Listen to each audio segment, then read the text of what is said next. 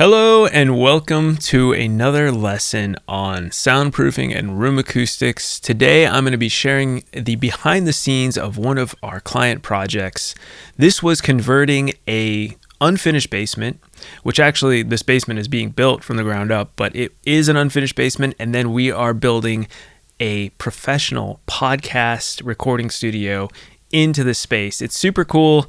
You can see some of the examples here of the final renders. It's actually being constructed at the time of the publishing of this video, but it's going to be a remarkable space, and I'm super excited to share with you the journey of how I designed this space with my team here at Soundproof Your Studio. So before we jump in, I always have a free resource for you. This is my soundproofing workshop. It is 45 minutes of in-depth teaching, going over a lot of the things that you're going to want to think about when you're designing your own soundproof space. So to watch that, you can go to soundproofyourstudio.com/workshop right away, and you can watch that. Now let's jump in to this video on going behind the scenes with a professional podcast studio design. Here we go. All right, so this is the finished project right here. And what this is our SketchUp model that shows you exactly how this little basement structure worked. And what we have here, just to give you guys perspective, is this is going to be the outside of the house with brick veneer, and then this is the inside of the unfinished basement, and then we've got our studio right here. So the first thing I'm going to do is actually give you guys a little walkthrough. I always like to use Enscape, which is my 3D rendering program. So we're just going to open this guy up here, and you'll see exactly how this works. This allows me to show clients exactly how their space is going to look. We can get a three-dimensional walkthrough. So we're just going to fly through the door to start with. It's a pretty cool program. And we can walk into the space here. I'm going to stand up. And then to give it even more of a realistic vibe, we can actually turn it to nighttime in here, and we can see some of the lighting that the space offers right now with the track lighting and kind of how it would feel. So it's a small space, as you can see here, but it's a small but mighty space. So we got our little podcasting setup, very casual, a little listening position. We got some some backlighting on that desk, little keyboard, acoustic panels, and the client wanted track lighting all the way around, so we installed that. And you can also see here that we installed the electrical surface mounted to the wall, and we actually ran the conduit through tracking on the wall as well, which is fairly rare that I do this, but this client really wanted this for like maximum isolation. So, there's really not many penetrations in the wall. Even our track lighting is going to have minimal penetrations, just one penetration ideally for the junction box, and then we can put a putty pad around that. And then the rest of the audio and everything just comes through. The coolest part about this design that I like is we actually custom built these panels in the back here. And so these panels back here show this custom built panel here, and then this is a movable gobo. You can kind of see this, although it's on caster wheels at the bottom there. And so this client can pull out the caster wheels and pull out this whole gobo here and actually have storage behind here. And then that also doubles as a massive bass trap in the back of the room. For such a small room, I wanted to give a better, bass trap experience here for low end frequencies. And then it also did something else where you'll see later in this video that the design of the original room was not symmetrical, and I really wanted to make it look symmetrical. Plus that'll help with the symmetry of the listening position. So I decided to build this out to hide the asymmetry of the room and offer the client just a little bit more of that symmetrical feel in here. All right, so let's get out of Enscape now that we've taken a look at that, and we can kind of look at the construction. So we've got our typical ceiling joists. I believe this was, let's kind of open up our ceiling here and start there. So, if we look at this, we've got our floor joists. I'm going to take out the insulation. So just typical floor joists here. I think it was just lumber, with 2x10 joists. So I always model those in. And you can see that I put insulation in there, which is super important. I always just say pink insulation. You guys can use rock wool if you want. I've definitely caused an uproar on the internet with this whole rock wool debate. My whole point is that rock wool is more expensive and it doesn't offer any added benefit when you're building soundproof systems. It might help a little bit when you are not using a soundproof system, just a regular old wall over pink insulation, but that's just because it has a bit more mass than pink insulation. So, but not a ton. You're not really doing much true sound isolation using rock wool. So just wanted to get that out of the way. And then after the rock wool, we have our hush frame raft system here, which is, if you haven't heard of hush frame rafts, you can give them a quick Google search. They're kind of this interesting product where you can attach them with screws, use wood furring channel, and there's silicone in between the raft right here that sonically decouples the ceiling from the ceiling joist. So our ceiling materials, in this case, you can see it's actually plywood here. We're using 23/32 OSB sheathing as the first layer on the ceiling, and it's actually not going to touch our roof joist. You can see there's actually a 3/16 of an inch gap right there, and that makes it so that no sound can transfer from these joists down here and vice versa. So that's how you isolate a ceiling when you don't have a lot of space to do a double ceiling system. So let's look a little bit at our ceiling structure here, and it might be helpful to actually do a side cut, which we can actually do. I wonder if I have these set up here. We've actually got a lot of these. Let's just do a ceiling section here and see what happens. Okay, perfect. So we can see our ceiling section now, and let's just take a look at it. So, alrighty, let me actually change the camera perspective here. All right, so we're going to zoom out a little bit. Always stuck in a wall in SketchUp is what I say. So what's happening here is that our ceiling is coming into, the first layer is drywall here. So this is 5/8 inch drywall. And then here is the 23/32 OSB, and it butts up against our wall. In this design, I've changed my ceiling design since this design, but this one still works great. And it shows you that this is going to be staggered, so sound can't easily pass through here. This is a mistake now that I'm looking at it, actually, where this little piece right here should be up against there. So I'm just going to fix that. But that is your fire stop. So this is 1/2 inch drywall that goes across, and it meets this layer, which this is unique. I don't usually have this, but the architect in this design had spec'd this in. This is actually going to be 2 inch of extruded polystyrene foam to help with vapor barrier against the existing concrete wall and the brick. And then that's our entire wall system there. So I actually had to build a air gap off of that. And I think it's 1/2 inch just to save a little more space in the room. I reduced that air gap just a little bit because I just didn't want to lose more space. And then you can see here that the fire could not go up through the cavity there, which is important. So that's how our walls work. So let me actually get rid of this section cut here.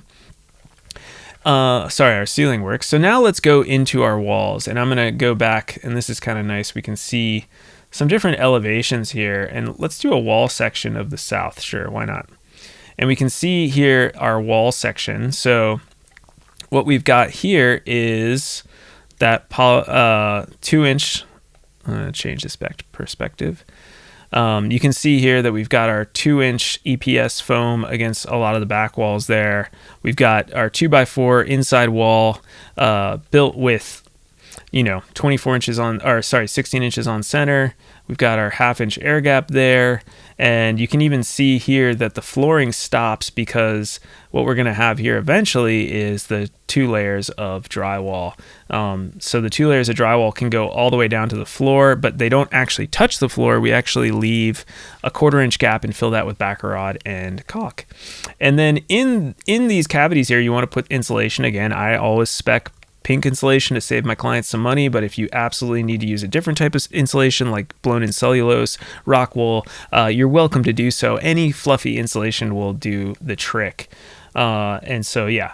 And then this is an interesting aspect of my more modern designs or the more current designs that I've been doing, where I've been putting vertical fire stops into the design.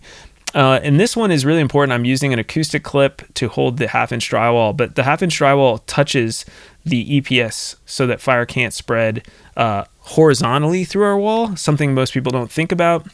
Even Roger Weiss doesn't put this in his book, and I still think it's a good idea, especially since the International Book of Codes does require fire stopping in a double wall system every 10 feet on center. But it really depends on your local codes department, so if you don't want to do this and codes allows you not to do it, then that's totally fine. I just spec it in because I work in designs all over the world, and I always prefer safety first over skipping something and it not being safe. So that's an interesting thing here. And then another thing I want to show you guys that's while we're in this view is that this is the first design I've done this where we actually put in electrical, and this one right here, you can't see the full one, is the it's actually going to be an Ethernet over audio system. So we have a 4-gang outlet by Sound Tools, and we're running the electrical through the slab here, through a conduit slab, and then coming back up over here. You can't see this, but we're running conduit up through the wall here in the slab. So our electrical comes up through the conduit, which is really the best way you could possibly have your electrical come into the studio, as well as all of our XLR cables and stuff is run through the slab there. And then we have some Ethernet run through as well here. So pretty cool design, honestly, overall. It was really fun working with the client to do this next level design work here that's not usually done in most home studios on the market these days. So let me show you the next design, which I think would be interesting to go through. We could do the door plan next. So let's look at the door. And this is the ISOStore door. I like to use these when the clients have the budget for it. They're expensive for sure, but they're not as expensive as the rest of the market. And for a isolation door, I think it's a really good deal. And these guys do a great job. So we're going to do a single door here. I always recommend a double door if you can, but sometimes clients just don't want to do a double door, or we don't want to have the budget for 2 of these doors, which would push, $6,000 or more. So with these systems here, a single door is still going to work great, especially because there's nothing on the other side of this but an unfinished basement. So directly on the outside of the door, you won't hear anything. Also, he's not playing drums and stuff. So I guarantee you he won't hear anything for podcasting and things like that. And then in terms of sound coming in, very, very, very, very, very few sounds would come in except for low frequency bass with this setup. So it's going to be really good. On the inside here, this is just some foam that we use. It's acoustic foam to decouple across the door system here. There's some rubber here so that the rubber goes all the way across to hide the gap between, and you can kind of see how our 2 systems work here with the 1-inch air gap between our doors. Actually 1-inch air gap up here is how you're going to see that. And you have door trim on both sides. There's no door on the inside, so this is actually just going to be 3/4 inch, or a 1x6, 1x4 trimmed down and stained to look really nice on the inside, and then trimmed up. And so that'll look like a single doorway coming in. We put an acoustic panel here too, just so you can see that as well.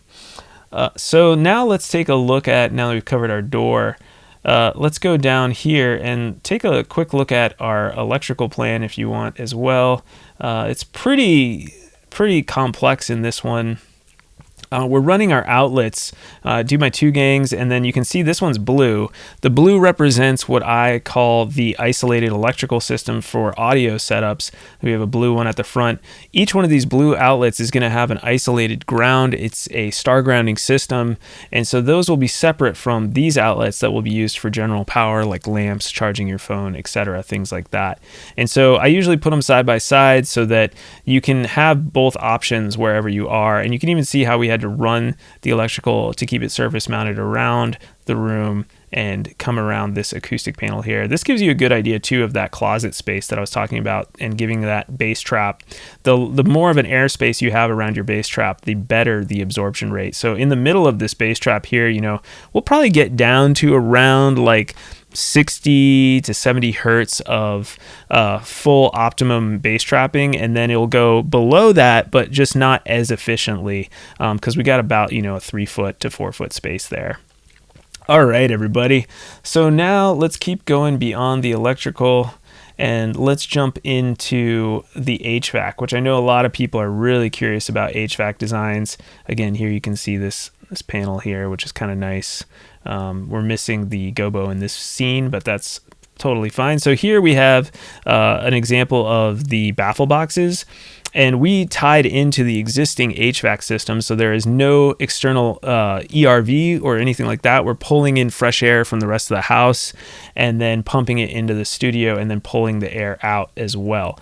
So this system is a great one if you're thinking about how you want to do it. Now, the fact of the matter is this room is pretty small, so our baffle boxes don't need to be as big, even though we're providing a heating and cooling load necessary to heat and cool a room properly, which means that the CFM flow, or cubic feet per minute flow, going into this room is not going to be quite as high as if it was a larger room, meaning our baffle boxes don't need to be quite as big. So that's really helpful for those of you who are thinking about doing projects like this on your own. You really want to keep in mind whether you're going to tie into the main HVAC system or do a mini split system with a separate ventilation system.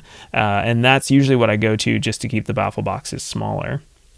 Let's take another look at these baffle boxes just so you can kind of get an idea of what they look like here. And baffle boxes are my main way that I like to reduce the sound that could come in and out of a wall. You can see here I even have a system where I can isolate the actual duct through the wall.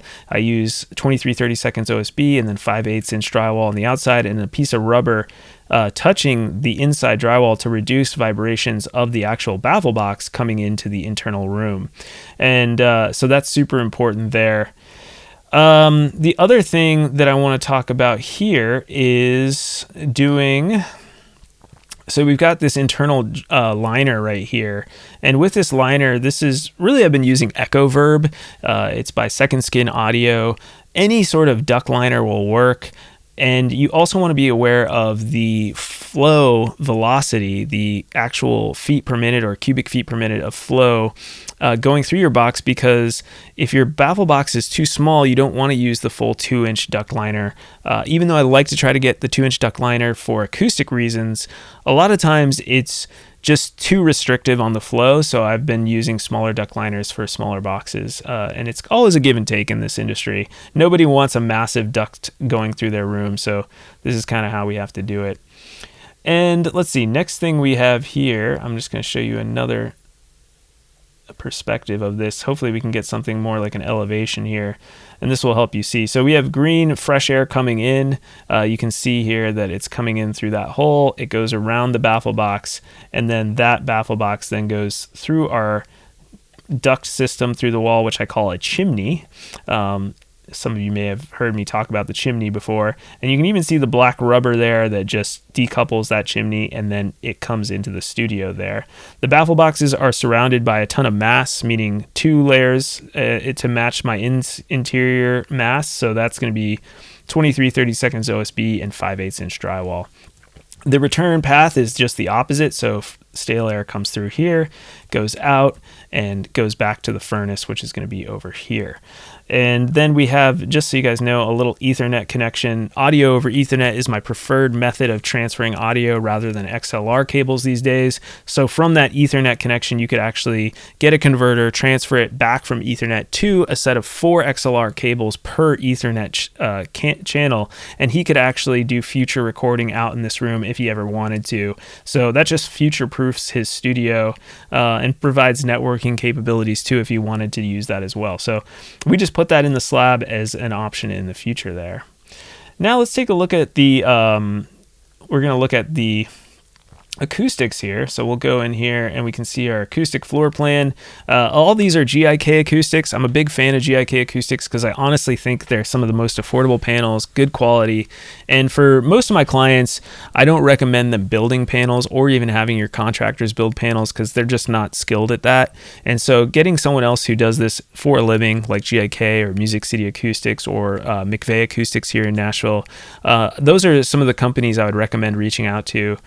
We just use GIK because it's easy, they're affordable, they ship all over the United States, Canada, and Europe, and so it makes it a lot easier for us to spec them. However, I am working with McVeigh Acoustics here in Nashville to get custom acoustic clouds for my clients in the future, and we're going to start shipping those all over the world as well. So yeah, bass traps in the corner, pretty standard for my designs. The massive, gigantic bass traps back here, as you can see. I'll put this in perspective mode so it looks a little bit more normal. We've got our gobo. You can flip the gobo around so you have a nice pattern of wood slats, which I prefer for diffusion.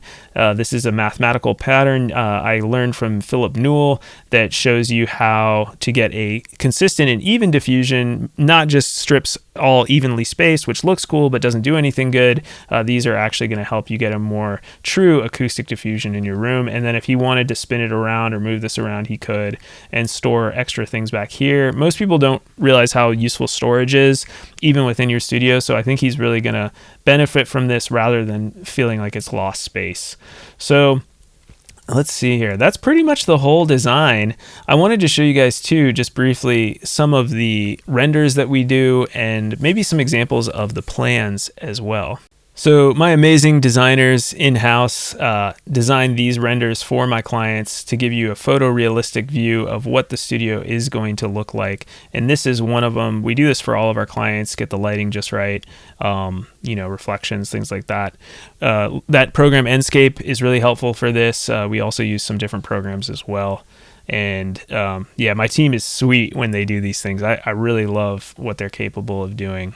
Here's another render, just shows you kind of the space so that the client has a feel for how this space could actually look. And I find this really helps for everyone in the process. We throw these renders in the plans, the contractor, everyone can look at it and get a feel for, okay, did we match the render? Did this come across the way it should? Here's another awesome render showing the back of the room, kind of how nice and beautiful. I really like the gray and the dark wood, so you'll notice as a designer I do this, but if the client wants a different design, I'm always happy to change that as well. Just another look at our plan. We couldn't get a lot of ceiling height. This ceiling I think is under 8 feet, probably between 7.5 to 8 feet, somewhere in there. I can't remember exactly.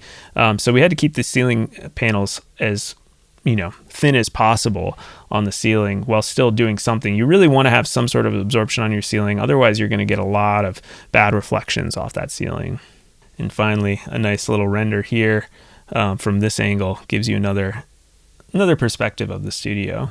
We show you some different designs here. So this shows just the general floor plan of the walls and some of the sections and the different things that you're going to definitely need to know about, like the fire stops and things like that. We always do a set of sections here, so just showing you all the different sections from the south all the way to the north, east, and west, giving a feel for just the contractor getting a feel for how the final product should look and all the different components and how they work together. You can see some of the wall details here.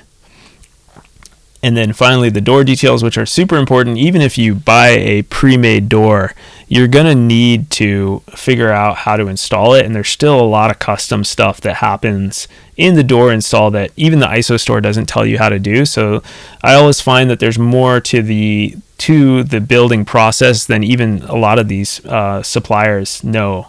So it's really helpful to have these plans as well, even if you're installing a pre-made door. And then the electrical plans are super important, and especially with ground loops and hums and buzzes, I do a lot of detailed work with my clients to make sure that they get full idea of the plans here, so that we know exactly where everything's going to go, going through how to avoid ground loops and things like that. Even talking about hospital grades, wiring for studio grade electrical with the star grounding system.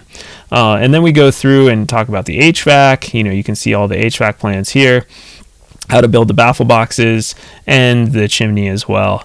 And then finally we do a full section talking about how to install the acoustics and which acoustic panels to buy, where to buy them, how many to buy, and that makes it really easy for the client to be able to purchase everything. And these will be built from scratch, and it tells the client exactly how to build it if they want to hire a contractor. And then finally those beautiful renders, and then we always finish off with just a full materials list at the end with everything that the client could possibly need. So I hope that was helpful in understanding what goes into all this crazy design work. I think I didn't even realize it, and it continues to get more and more detailed as the firm grows. As we grow as a design firm, I'm really learning that what we really need to do is I'm always trying to offer more and more detail, because this work is so niche specific, and contractors and builders and architects, everyone I work with is like, man, I've never even heard of what you're doing. Like, this is so fascinating. So I love working with teams. I love being the acoustician, the studio designer, the soundproofing expert, whatever you want to call me, on a team. So that's probably one of my favorite ways to do this. And in this case, we had an architecture firm we were working with as well. So I hope this was helpful in showing you what's possible, what you can do with just an unfinished basement, how you could create a beautiful podcast studio, even in a smaller space, and get, relatively really good acoustics compared to not knowing what you're doing. So having all that knowledge of this video, I hope it helps you on your own journey of understanding what you're trying to pursue and what you're trying to build. And with that said, if you are one of those people that's looking at this and saying, man, this is exactly what I want, I need plans like that, I want to work with someone at this high level, then reach out. I would love to talk to you over a clarity call. I do these free 30-minute clarity calls. There's no pressure at all. It's really just me getting to know who you are and understand your project and help you over some of those roadblocks and see if we're possibly a good fit. To sign up for the clarity call, if you're interested, just go to soundproofyourstudio.com and you can click on the Soundproof Clarity Call button, and I'd be happy to book a time with you. All right, my name's Wilson Harwood. I am a designer and soundproofing expert and acoustician based in Nashville.